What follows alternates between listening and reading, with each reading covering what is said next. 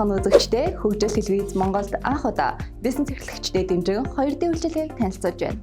Энэ нь сошиал маркетинг, телевизийн маркетингийн хослолсон үйлчилгээ.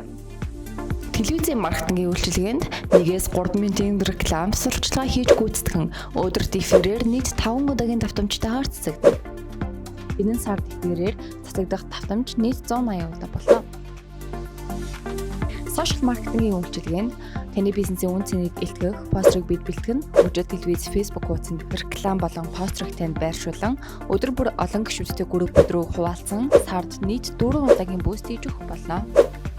Хаач авах саналыг бид тавьж байна. Таны бизнесийг бид дэмжинэ. Итгэх, хамтар, үр дүнг мэдэр.